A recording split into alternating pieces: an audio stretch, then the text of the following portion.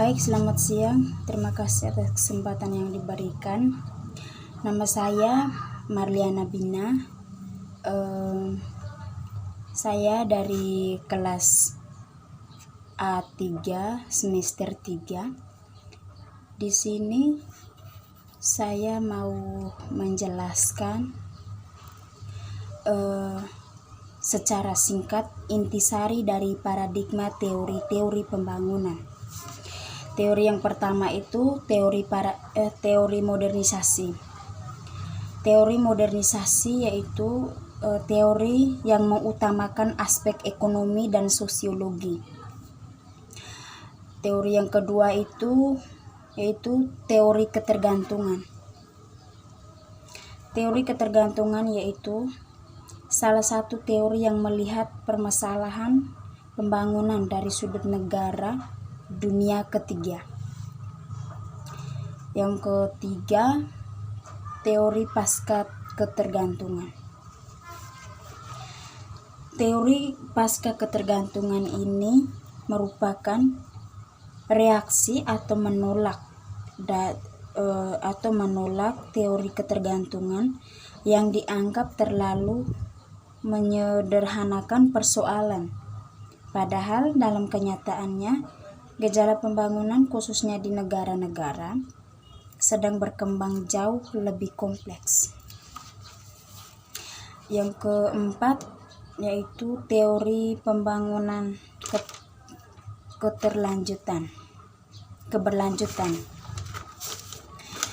Teori keberlanjutan yaitu proses pembangunan yang berprinsip memenuhi kebutuhan sekarang tanpa mengorbankan pemenuhan kebutuhan generasi masa depan. Yang kelima, teori pembangunan manusia. Teori pembangunan manusia merupakan bagian dari cakupan pemberdayaan masyarakat yang dijadikan sebagai sebuah strategi sekarang telah banyak diterima dan bahkan telah berkembang dalam berbagai literatur di dunia barat. Nomor 2 yaitu berikan pendapat Anda serta contoh tentang strategi pembangunan setelah pandemi COVID-19 atau era new normal di beberapa bidang, yaitu berikutnya yaitu di bidang pembangunan di bidang ekonomi, pembangunan di bidang politik, pembangunan di bidang sosial, pembangunan di bidang pendidikan, pembangunan di bidang keagamaan. Yang pertama, pembangunan di bidang ekonomi.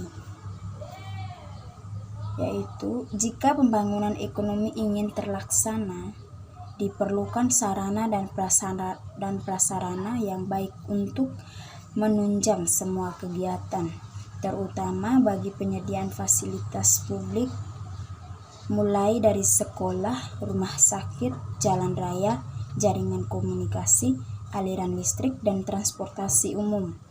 Contohnya dengan pembangunan jalan trans di Papua sepanjang 4.600 km. Yang kedua, pembangunan di bidang politik, yaitu adanya ketidakseimbangan kekuasaan di antara lembaga-lembaga tertinggi negara, misalnya legislatif, yudikatif, dan eksekutif. Belum akomodatifnya konstitusi atau undang-undang 1945 dan perundang-undangan yang ada terhadap dinamika perubahan masyarakat. Yang ketiga, pembangunan di bidang sosial. Pembangunan di bidang sosial itu sebuah proses perubahan sosial yang terencana, yang dirancang untuk meningkatkan taraf hidup masyarakat, di mana pembangunan yang dilakukan saling melengkapi dengan proses pembangunan ekonomi. Yang keempat, pembangunan di bidang pendidikan, yaitu untuk meningkatkan kualitas pendidikan.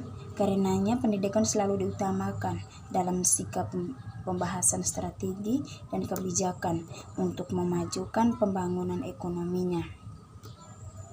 Yang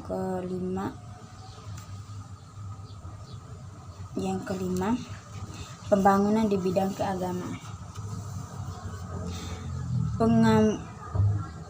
Penggambaran atas hasil evaluasi pencapaian tujuan pembangunan di bidang agama dan pendidikan dalam rencana strategis Kementerian Agama atau Rinstra Kementerian Agama periode sebelumnya 2015 sampai 2019. Selain capaian bahwa dalam upaya mencapai visi dan misi Kementerian Agama, terdapat aspirasi masyarakat tersebut yang semakin dinamis. Beberapa aspirasi masyarakat tersebut didapatkan dalam serangkaian survei kepuasan masyarakat atas pelayanan yang diberikan oleh Kementerian Agama dalam 5 tahun terakhir dan berbagai figur yang diselenggarakan di pusat dan di daerah. Kondisi umum, potensi dan permasalahan yang dihadapi Kementerian Agama pada periode Rinstra sebelumnya dijadikan pertimbangan dalam penyusunan Rinstra Kementerian Agama periode 2020 sampai 2024. Yang terakhir, pembangunan di bidang lingkungan. Yang pertama, mewujudkan fungsi ruang untuk mencegah dampak negatif kepada lingkungan sekitar.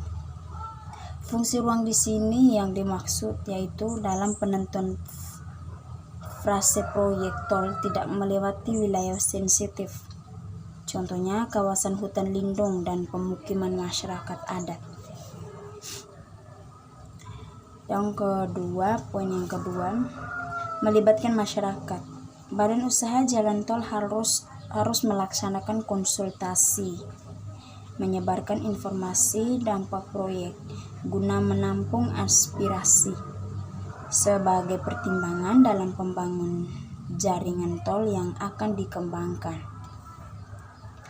Yang ketiga, penyusunan detail yang mempertimbangkan kajian lingkungan serta sesuai AMDAL yang telah dilaksanakan.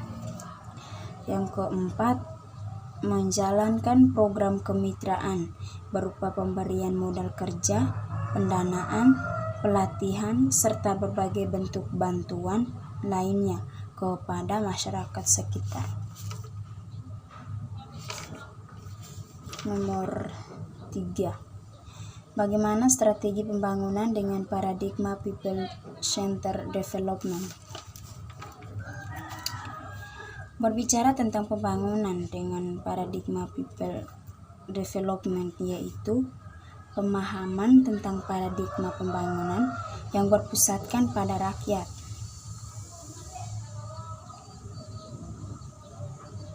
Seperti pernyataan di atas itu menyatakan bahwa Desa Wirajaya ini tidak memiliki akses ke fasilitas kesehatan dan air bersih.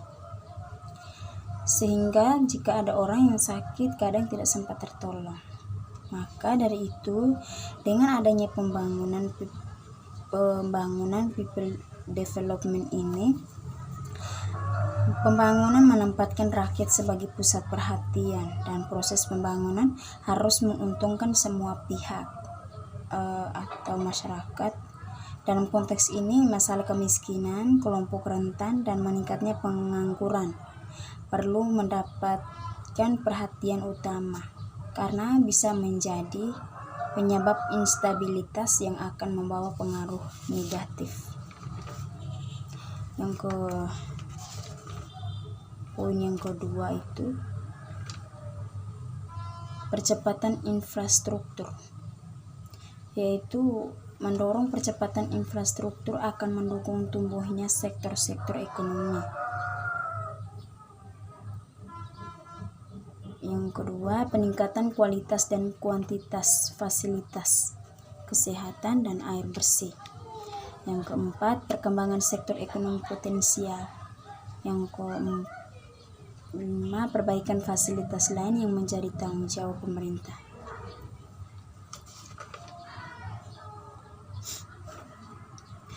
Poin yang kedua, yang pertama tadi mempercepatkan infrastruktur.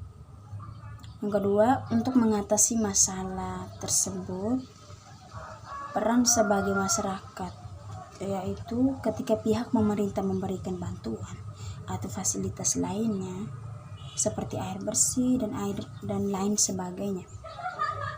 Masyarakat harus bisa menjaga dan menggunakan dengan baik, dengan sebaik mungkin. Tidak boleh boros atau sebagainya. Jika pemerintah sudah memberikan bantuan tersebut, nah kita sebagai masyarakat itu harus menggunakan dengan baik dan menggunakan yang penting-penting. Misalnya masak, minum, dan lain sebagainya. Bukan menggunakan yang tidak penting-penting, misalkan memboros itu air yang ada itu, misalkan pemborosan tadi. Peran sebagai negara itu,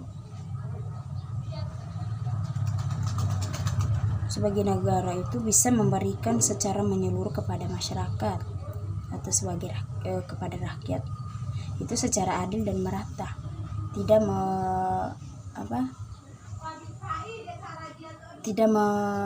membela sebelah pihak, melainkan membaginya secara adil dan merata. Maksudnya kan sama, membagi ke masyarakat yang sama semua, menyeluruh, maksudnya bagi menyeluruh untuk masyarakat Indonesia. Sekian dan terima kasih penjelasan dari saya. Terima kasih, selamat siang.